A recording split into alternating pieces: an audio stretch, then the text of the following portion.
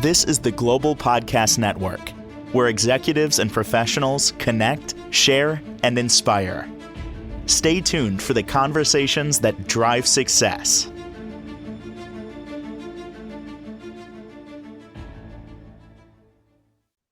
Oh, welcome back, everybody. This is something that will change your life. And many of us shy away from it. We avoid it. We're maybe sometimes afraid of it. I'm talking about hypnotherapy. In my opinion, it's everything. Why you do what you do, why you're in relationships that might not support, why, let's say you're not making the money that you should be making. There's a reason for it. Do you want to stop smoking?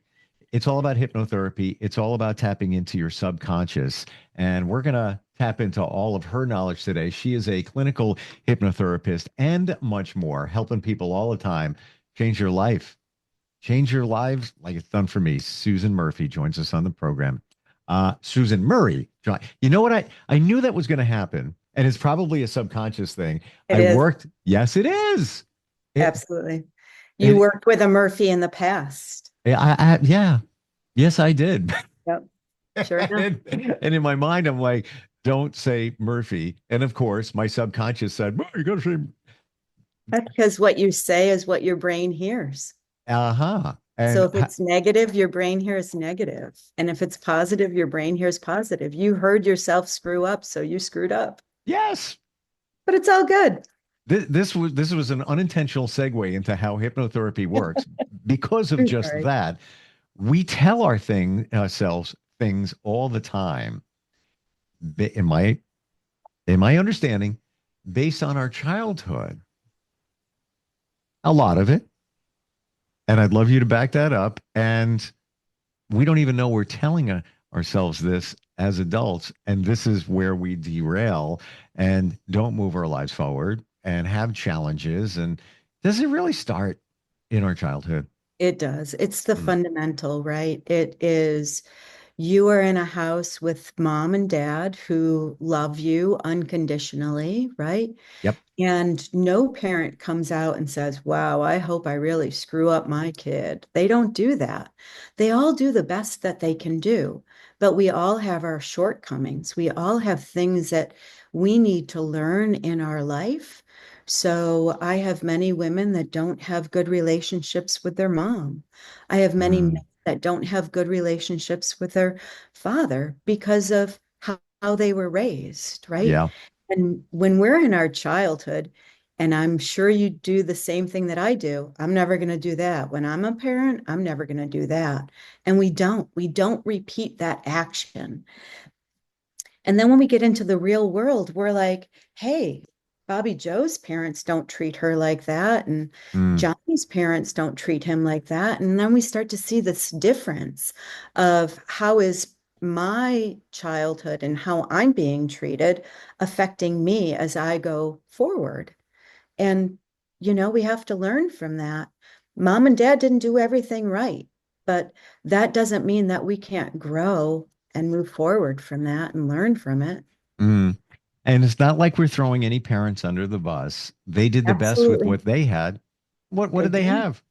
Their parents and the parents before that.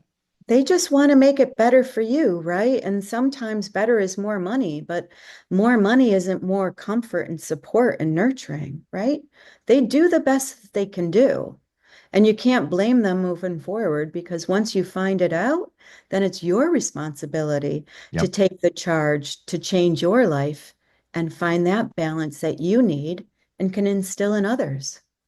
Is it true that one small comment could have a major impact on your life as an adult? For example, go hypothetical here. Let's say, Susan, let's say you passed by the kitchen and you heard your parents talking about something. It wasn't even for you. You just walked by, you heard something, you're 5 years old. You internalized it.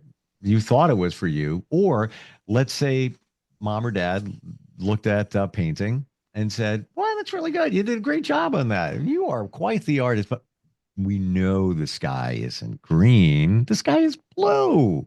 You know it's blue. You can do better than that. Come on. The intention of the parent was they just want you to get it right. Don't want you to be made fun of. You know, you can't see your green sky. But then you could have internalized that and thought, I'm not good enough. I'm not good enough. I can never, mom doesn't think I can do better. Dad doesn't think I, you know, and now that set the stage for later in life. Could it be as simple as that? Well, there is certainly a fact of that, of course, right? Mm. Because in the child's eyes, even though he or she drew a green sky, that doesn't make it wrong. It makes it their artistic interpretation Yeah. that mom and dad didn't adhere to, right? And when I think about that negative thing, right? If there's a criticism, you have to understand. I'll give you a for instance, right? You're in the grocery store Hmm. and you're shopping, and this beautiful young woman looks at you and she says, "Oh my God, you smell amazing. Can you tell me what you're wearing?" And you tell her, and you feel great. You go outside with your shopping cart and somebody almost hits you. They roll the window down, they flip you off, Hmm. right? They Hmm. call you a name. Are you thinking about that young woman that told you how wonderful you smelled? Or are you thinking about that person that almost ran you over? They were wrong. They flipped you off and called you a name. Which one are you thinking about? The last one. Right? Negative energy has ability to hold on, right? It's easier to believe the negative than it is to believe the positive. Why And is we're that? all guilty of that. What's going on there? I have a belief. I want to hear yours, and then I'm going to share mine. Why do we always gravitate to the negative? I really want to, I really want to hear what you have to say here. Negative is reinforced all the time. Positive is not reinforced all the time, right? I'm a nurse. I'm a bedside nurse. I get called in because I gave somebody a medicine through oral versus NG. But did they tell me that how great of a job I did helping that family that lost their father unexpectedly, right? It's easier to generate the negative to increase positive, but the positive is so rare that we don't necessarily believe it all the time. It's easier to hold on to the negative. It's so true. Sad, but true. I almost think that we're programmed to gravitate to the negative because it's in our childhood. Like some of the first things you ever hear are negative. 2-year old walks up to the table, salt shaker, pepper shaker. Oh, how wonderful. Oh, look at this. I can play with this. I can reach it now. What's the first thing you hear? Mom or dad saying, "Oh, wait, put that down. Put that down. No, no, no, no, no. Don't mess with that. No big deal. It just, spill a little bit of salt, but you got a negative. It's just a wonderful situation. Now you can walk. You found something new. It seems that the negative is early in life. That's what we're exposed to.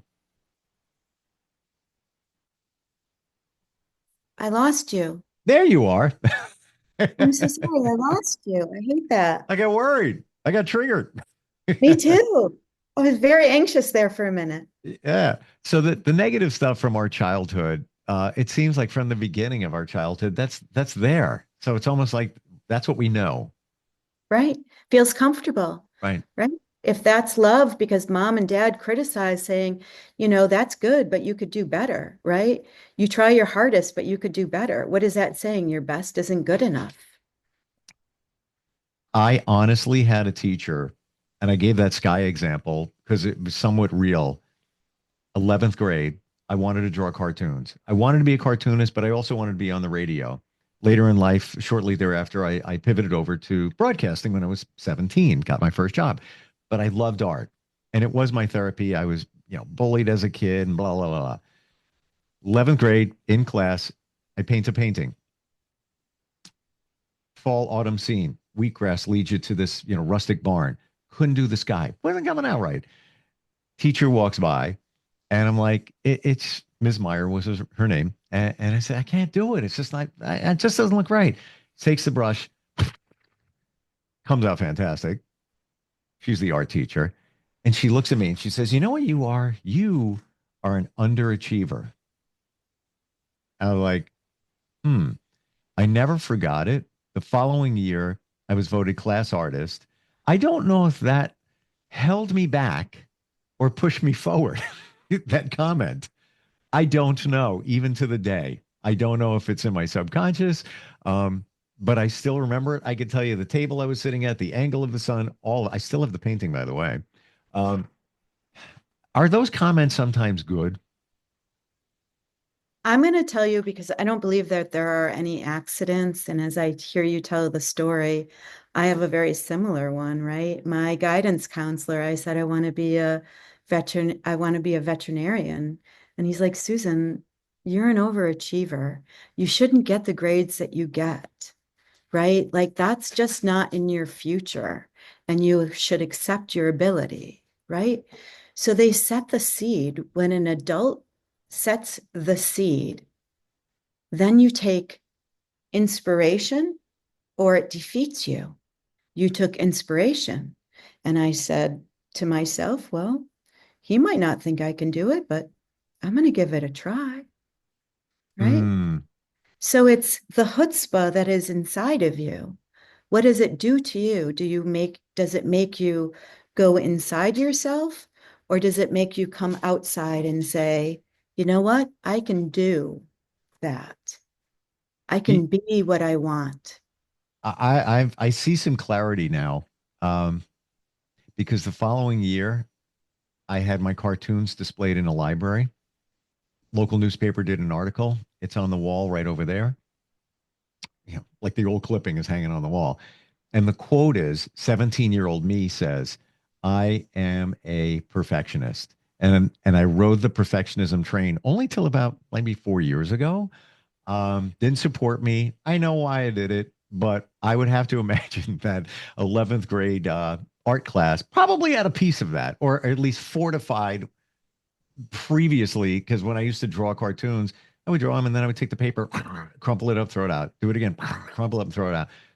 If you looked at it, you would say, they all look the same. Why are you throwing it out? You're doing the same exact thing over and over again. But in my mind, got to be perfect, got to be perfect. So I don't know, but these are the things. This is why we all need hypnotherapy. Why do you think that perfectionism is so important to you? Let's ask you that. Good question. It's not. It was because of the universal feeling that most of us have that we're not good enough. We have to keep on trying more. Where does that go? Back to my childhood. Bullied, parents got divorced when I was very young. There's a whole bunch of, not that it was a bad childhood, but there's a whole bunch of stuff laying in there that pushed me to be perfect, pushed me to be perfect until I figured it out with the help of somebody like you with hypnotherapy. Do you also think that it might have the ability to have control where everything else is out of your control? Your parents' divorce, what's going on in the world, what's going on in school, in your house. You have control over what you put on paper, what you say, what you do. And if Hmm. it's perfect, right? Children have this amazing ability to figure out why it's their fault that their parents are getting a divorce. They have this amazing ability to say, if I were smarter, if I was more talented, if I was thinner, if I was more athletic, right? Hmm. Internal dialogue.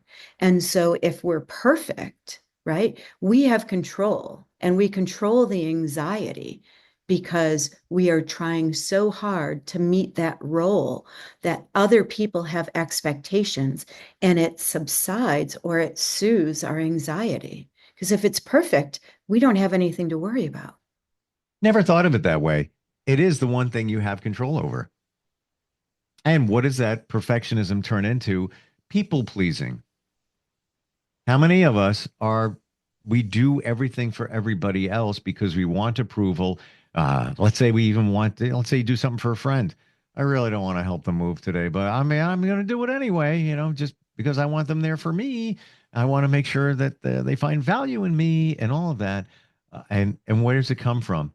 What you said, the stories we make up to go along with the situation. Like the whole divorce thing. You make up a story as a kid in your mind. You don't even know you did it, but it's sitting there in your subconscious and now you're an adult and it's still sitting there.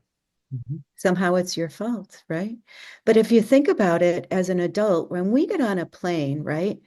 And the stewardess comes and she says, if we lose cabin pressure and the masks come down, do you put it on you or do you put it on your child next to you first? Which one do you do? Of course, you put it on your child. No, you put it on you. Well, That's what you they should. say.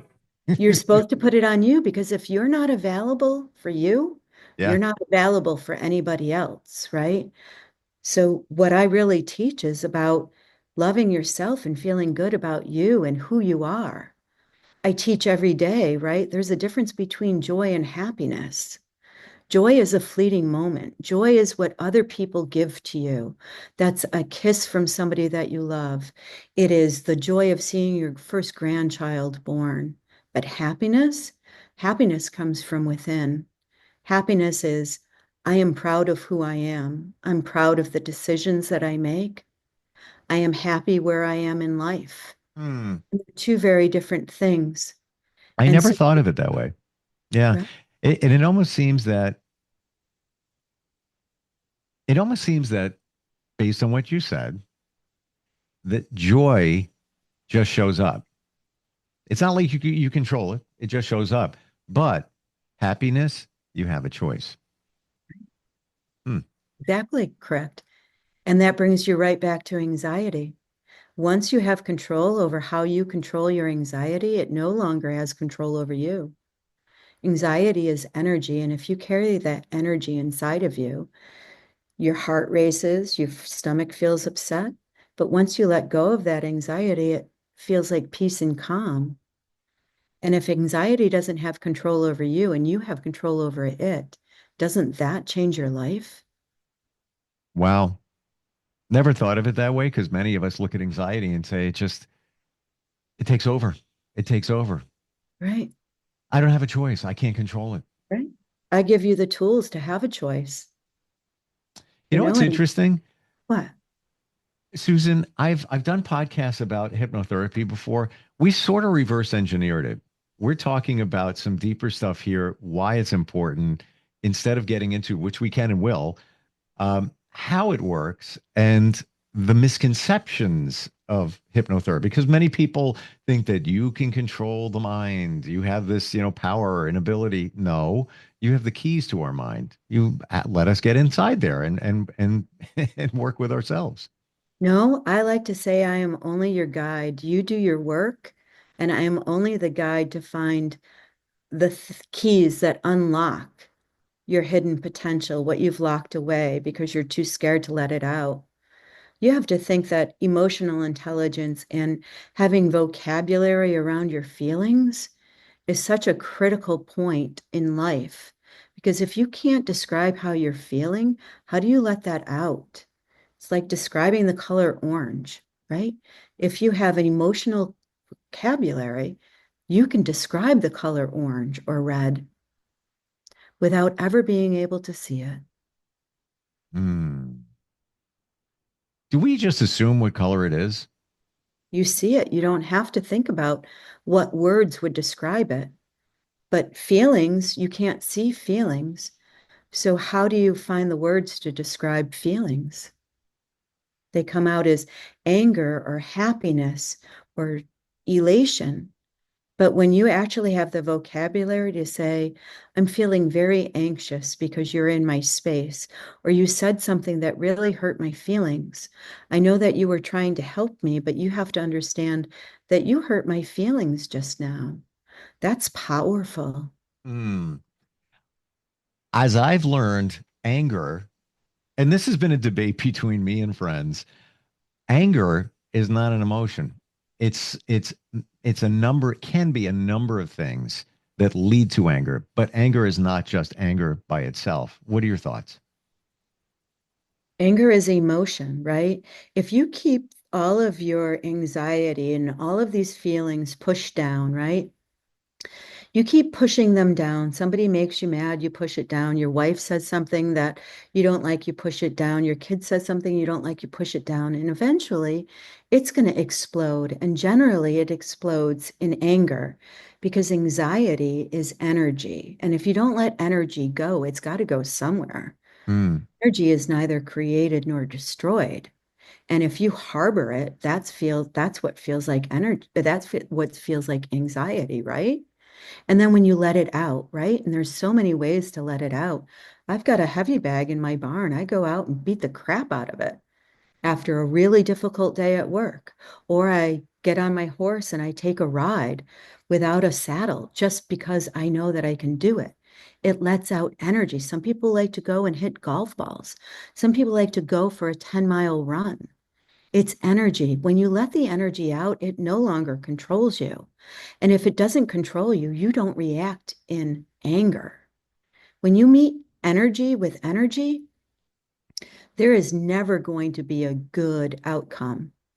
But if you're able to keep it in a conversation, you'll be able to resolve it. Wow. You're pretty amazing. You run deeper than I ever thought in terms of energy. Like there are many hypnotherapists out there. Yeah, great. Um, but you look at it in a different way, how there's much more going on here. And even just that there is energy. It's got to go somewhere. You Got to go can't just, somewhere. yeah. Yeah. That's why I study kinesiology. I just got certified in clinical hip kinesiology, and it's muscle movement. It's how you allow your body to let go of bad feelings that you don't want to hold on to. So many people with anxiety are empaths, and that means you're holding energy of other people, and you have no idea. And if Yep. nobody ever taught you to let go of other people's energy, it just weighs you down, right? I'm a combination of Eastern and Western medicine. I'm a registered nurse, I'm master's prepared, but I also believe in very much holistic. I mean, I bred goats this year, so I can do goat yoga. Wow. um, Amazing what you're presenting here because it took me years to figure this out. Different practitioners. You're the one-stop shop.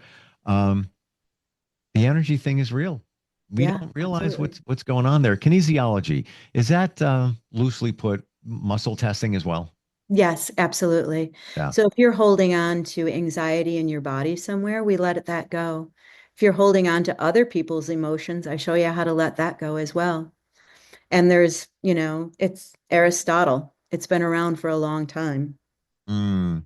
Feels like magic, but it's not. Yeah, but the thing is, your body is talking to you. It's trying to tell you something. If you're feeling tired, lethargic, like bloating, whatever it might be, your body's saying, "Hey, by the way, yeah, I just want to let you know about that." And then if you ignore it, it's going to get worse. Then you're going to have major health issues. Then at some point, potentially disease, all of that. I know we're going in a different direction here, but it does come back to hypnotherapy It's because all combined. yeah, exactly. Wow. Um, Lots to talk about next time we get together. I would love to do, if you're open to it, hypnotherapy, myth or fact, because so many people believe certain things and they're really not. And I believe, like it did for me, holds us back from healing and figuring this all out. How do we connect with you, Susan? How do we do that? Absolutely. I have a phone number, 585-519-8825. I have email.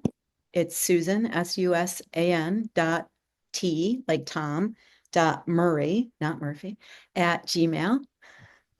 And I also have a website, which is susanmurrayhypnotherapy.com. Wonderful talking with you today. Validated a lot for me, and I'm sure for others. And there's lots more to talk about for anybody that wants to change their life, get some balance in their life, and just move forward. And looking forward next time we get together. Absolutely. Thank you so much. It was really a pleasure speaking with you today. Same. And I promise you, I will get your last name correct next time we get together. No worries. I love it. It's going to be our ongoing joke every time we talk. And your hair is like hers too. That's the weird thing about it. It's It's still wet, but it's clean. and the empath thing is real. I get what you're saying. It Sure really enough. is, yeah. And that, what you just said, the connection between anxiety and empaths, I've never made that connection until you just said it. Um, There's research that supports it, which I didn't know because as soon as I started working with anxiety, I saw these empaths, and I'm a strong empath, right? So there's a whole quiz that I take people through, and it's a discovery. They had the skill, these feelings, and they had no idea it had a name. I'm the guy that calls everybody else out and say, do you realize that you're an empath? And I have a friend who's a nurse, and every third day she takes off and I can't go to work. I'm drained. I get because you're an empath. So a year ago, I took a strength assessment test, 34 strengths. Number one, communication. Duh, that's what I do. Number two, empath. Of course. I had no idea. Thought, man, it's probably like 10, 15 on the list, whatever.